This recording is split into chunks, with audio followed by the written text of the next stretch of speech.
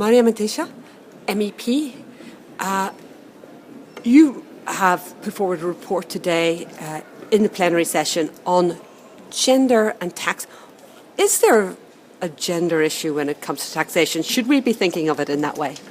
There's always a gender issue, not only when it comes to taxation, but there's a huge gender issue when it comes to taxation, because women are much less represented in the labor market at the EU level.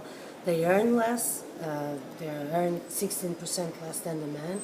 When it comes to the pensions, it's 40% less. And the women are the major carriers.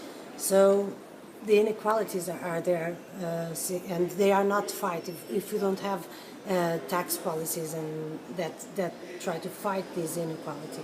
So what we did is to present proposals when it comes to the taxation of the income, for instance, but also of the societies, of the capital, in order to try to benefit more the public services, which are the major trigger for equality.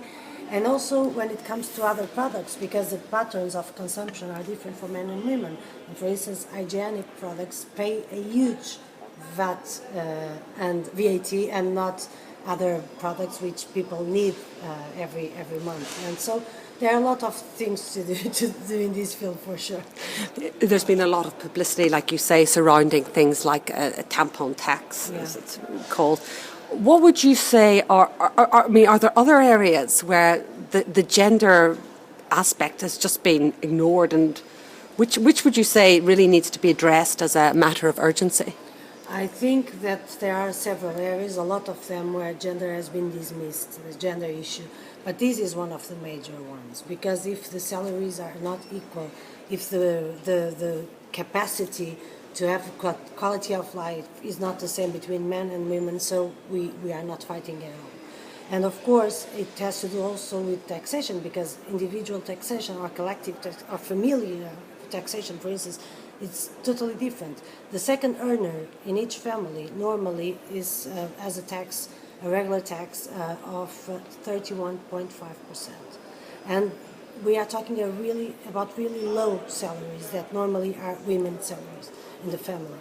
So they are very, very much more taxed than they should be, because of this need and this obligation, the binding of the fact that the women and men have to present their income together for tax purposes.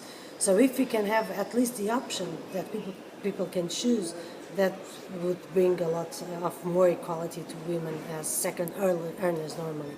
But I think this is a crucial issue, to be honest, because quality of life and the benefits that people can afford in the end of life, for instance, the pensions, are much related to that, and then they have impacts in all the domains of our lives. So that's a crucial area for me.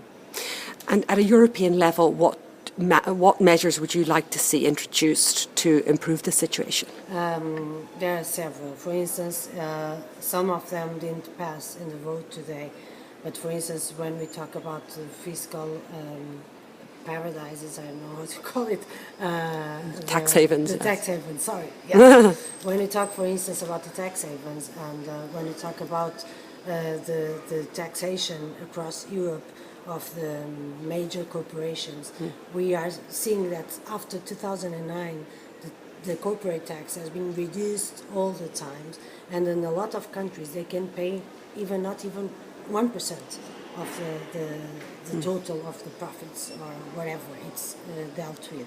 So we have been seeing at the European level a huge transference, making harder to individual taxpayers and making it much easier to the big corporations. So we need at the European level to fight this inequality, this big inequality, because of the impacts that has afterwards. Not only people pay too much taxes with low incomes, as the big corporations don't pay the taxes which are needed for the public services and to the public accounts in every country. So this is something that we should deal at the European level, for sure. Thank you.